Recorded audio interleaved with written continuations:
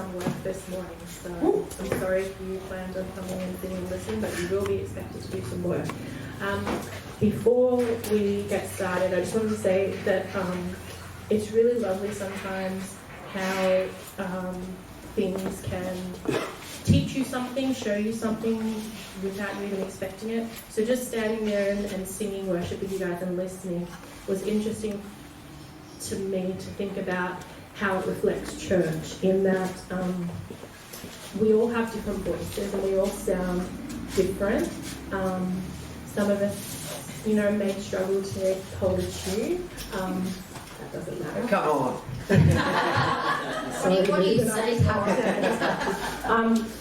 But I think even though we have different voices and different levels of ability in singing those songs, the fact that we all sing the same words, roughly, is important. So we don't have uniform voices, but we sing in unity because we sing the same words. And so like church, and as we work through some of this stuff today, we shouldn't be aiming for uniformity. God didn't make us uniform and to be the same, with the same passions and the same skills and the same circumstances and experience. He made us different, and that's beautiful because it means that we all have something to add.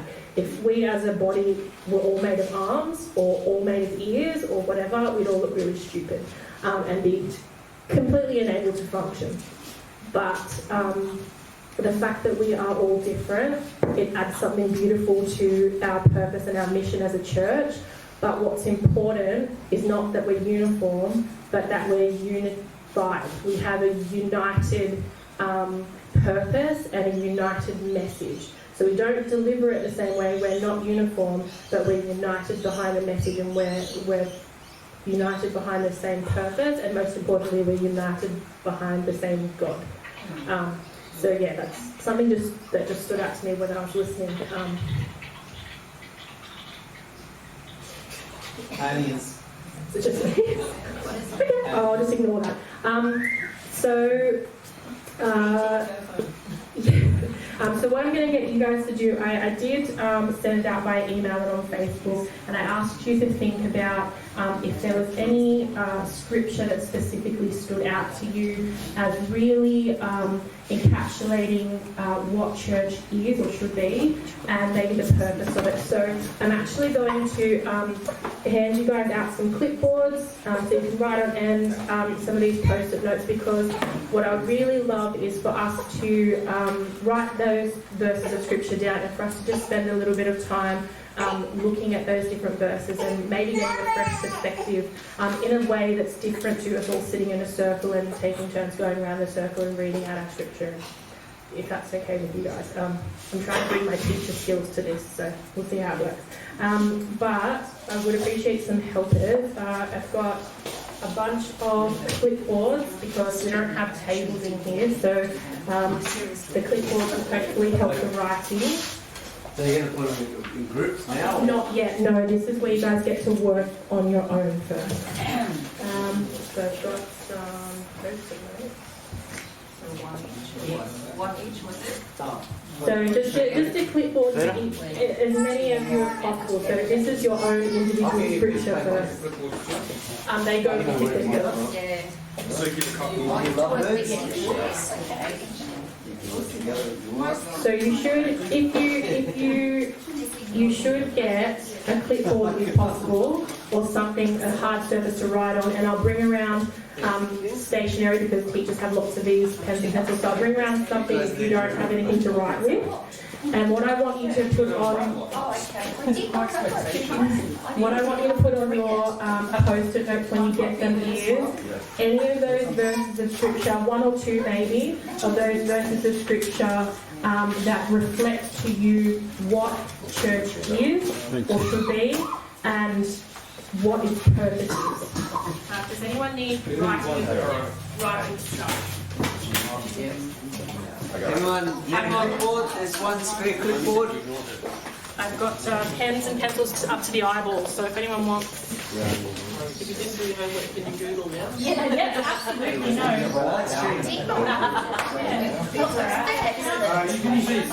Oh, you didn't have that one on. Well, Pete? I'm right, thanks. That's why it's so that we can walk around and travel without having to do the sit and. Yeah. So guys, what I'd like you to do is to, on those post-it notes, to write out the scripture that you found or that you're currently finding that reflects to you what church is and what its purpose is. Oh, the white paper just came with the clipboard, so don't worry about that. Oh, okay. Don't worry. Sorry. Anyone else need pen? Yes, please. pencil? So just one more time in case you're confused. Ignore the white paper. You're just writing on the post-it note that you got one or two of the pieces of scripture that stood out to you as clearly stating what church is or what its purpose is.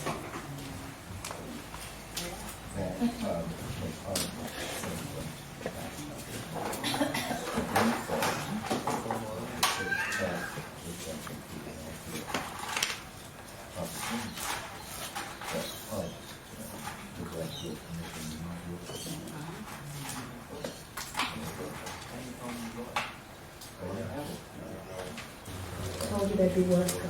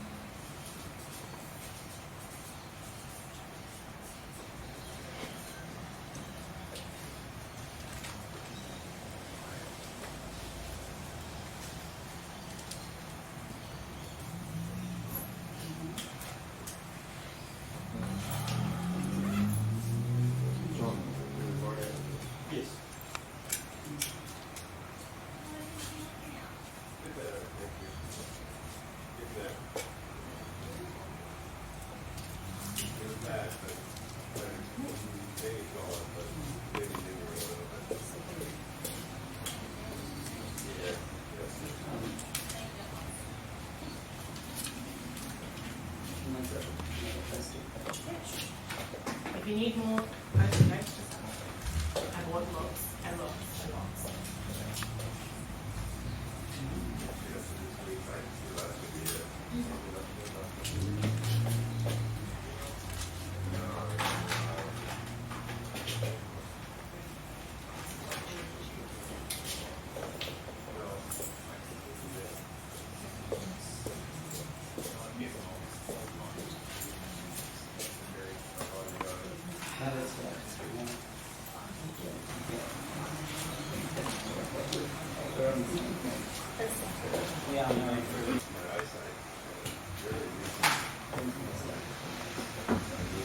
So what I might get you guys to start doing, once you've got your piece of scripture written out, if you could find a reasonably visible spot in the room somewhere, just to stick it up, one of the walls or even open the door or the window or something, and space them out just to give us an opportunity to walk around and have a look and to think about each other's particular verses of scripture. So as soon as you finish, find somewhere in the room that's relatively visible and easy to access and just stick your post-it note up and we'll go from there.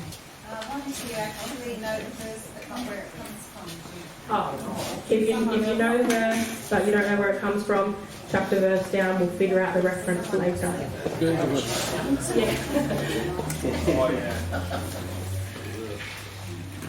Collins now. Yes, I know. No, I know. You can tell me all the Yeah, stories okay. about it, Yes, that one. I got rid of him for a reason. Yeah, I've got 3 windows over here, I've got 3 windows over there. What is it for? So that's my boss over there. You almost cried when I told him.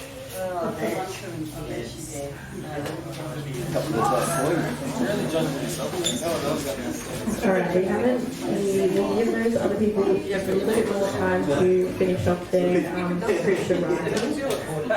But guys, can I encourage you as you go around, spend some time rereading the scripture that you see, and take your pen with you. If any of them really like hit you right here, they really stick out to you, or they really you really resonate with that one, just put a little, what will we say? Asterisk? Yes. Yeah, we'll go ticks are nice and easy, right? Just put a little tick on that post-it note before you move on. So I might be tempted to tick my if you tick your own, look, it's not a popularity contest, okay? How unusual. So How many ticks can you On your just one. One tick. Just one of them. Just one tick. If you like it, give it one. Yes. Yeah. Or just one amongst the whole. Oh, as many as really resonate with you. Yeah. If you like them all, you can tick them all. Yeah. Tick them all if you must. We just got to go around just if you must. If you must. If it's from the Bible. Can't play both. Okay, so aside from Pearl, is anyone still? Oh, sorry. We're not It's only. alright, I just put a first line and then dot because mine was too long. Yeah. Okay. So what I'm going to get you guys to do now is definitely take your pens with you, and I'm going to get you just to move around the room, look for the green post-it notes, stop, have a read. Have a read, have a look, have a pray if you feel so inclined. Put a tick if you like, don't put a tick. Don't want to, it's okay. Go, and I will summon you back in a certain amount of time. Right, you have to get up and start. Are you looking at me? You just happened to stick your face right in the camera. That's all right.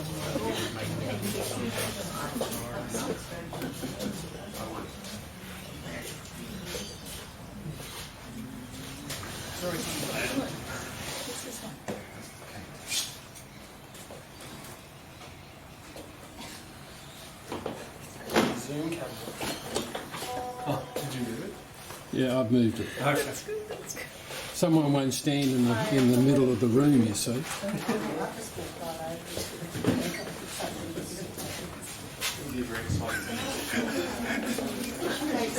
Just wait for Gary's to read. Okay, now that Gary's done, if I could get you to go back to your post-it note and grab that and take it back to sit with you, please.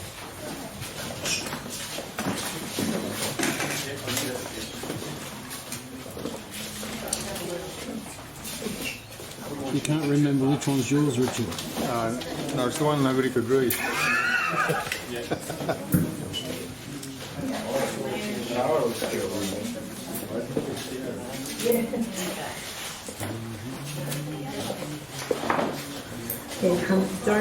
Don't put your post-it notes with your scripture on it away.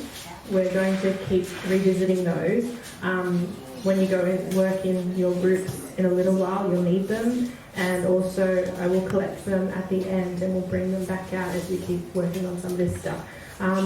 But just before I send you away, I'm just going to say we're going to look at the why first. When it's been presented thus far, I think we've talked about the what is church first and then the purpose. But I think I've written there in pink, purpose informs design. So if you're an architect and you're designing a building, you need to know what the purpose of the building is before you start thinking about what's going to be in it and where it's going to go and those kinds of things. So I would argue that we need to work out our purpose as a church before we start thinking about what parts go in it and what we need and what we don't need. We need to know what our core mission is, why we do church in the first place, before we start working out the what of church. So I've put a couple of things up here for you just to stimulate your discussions a little bit. But when I think about purpose, the purpose of church, and when I've been talking to and listening to people, the Home Hub, and just through conversations, these are some of the ones that I've heard or that have come up or in my reading. In the Bible, when Jesus is asked what is the greatest commandment, he talks about loving God, and the second most important is loving others. These other ones, I've colour-coded them because I feel like they almost match each other. They almost are different ways of saying similar things. So if we look at the greatest commandment, loving God and loving others, I saw somewhere else saying that the purpose of church is to exalt God, which is loving God. It's to edify the saints or improve us and prepare us and instruct us, and then to evangelize, to go out and to make disciples, to preach the gospel. The Home Hub, when they presented to us, they came up with these particular terms: worship, community, and mission. And they're kind of starting to align a bit. Someone else described it to me as the upward relationship, and then the inward of the church, and then the outward, the mission, the outreach, that kind of thing. Ruben, when you talked about connection, it was connecting with God, and it was connecting with those within the church, and it was connecting with others outside of the church in our daily lives or in the community. The other one here is, this is what our church, I don't know if we call it our vision statement or our tagline or our whatever, but it says to experience, discover and be transformed by the love of Jesus. I couldn't necessarily colour code them and match them up, but just wanted to put it there because when I asked people a couple of weeks ago what it was, no one could say it, and that may be an indication that we just haven't talked about it a lot, and we haven't used it, we haven't discussed it. Maybe it's not fit for purpose anymore. Maybe it doesn't reflect our purpose as a church. I don't know, I put it there because it's up for discussion. There isn't very much about church that isn't on the table and that isn't up for discussion. There's very few non-negotiables. So what I'm going to ask you to do in a moment is, you can stay in this space, or there's tables outside if you want some air. You can move the chairs, but I'm going to ask you to get into groups of... Can we use the other rooms as well? Yeah, there's the meeting room back there. You've got, well, there's not much space in there, so don't worry about that. But yeah, there's places to gather, so wherever you want to gather, I'd ask you to get into groups of 4, maybe 6 at most. Take your scripture with you, because the first thing I want you to do is to share the verses of scripture with one another, but more importantly, why did you choose those verses of scripture, what it was about them that stood out to you when you think about what is church and why church is, what's the purpose of it. So groups of 4 to 6, take your verses of scripture with you, find a comfortable space, and spend the time sharing the scripture and why you chose that scripture, how it answers the what of church or the why of church. There's cups of lollies here, bars of fair trade chocolate, and if you're health conscious, if you're on a diet and you need the next best thing, I have scented stickers. So they smell like nice things, but no calories. And if that's not for you, look, I've got a stamp, so you can have a stamp. So make your groups 4 to 6. Come and grab some sweet stuff to, promote discussion and things, and then find a spot find a space and start talking through that scripture. And be prepared for the elders to come around and just sit and listen and ask questions and stuff. Teacher checking off. It's not eavesdrop, we just want to know. Yeah, we're curious.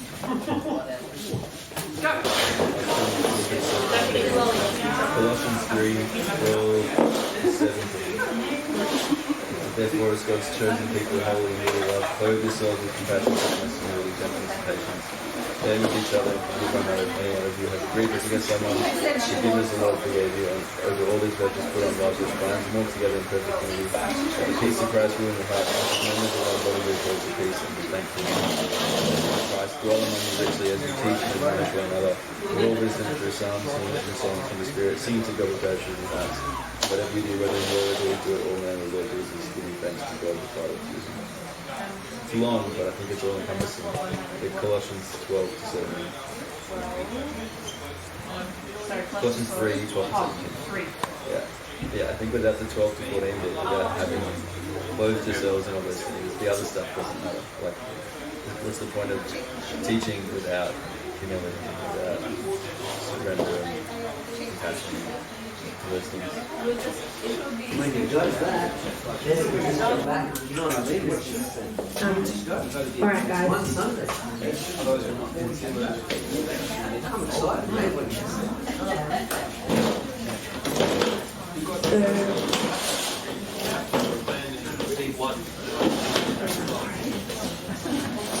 So first thing, guys, don't be anxious about feeling like maybe you haven't had enough time for those conversations, because this isn't the first, or this is the first. No, it shouldn't be the first. It should be the first, and it won't be the last time where you'll get an opportunity to sit and to talk and to think and pray about all of those things, the scripture, people's different ideas.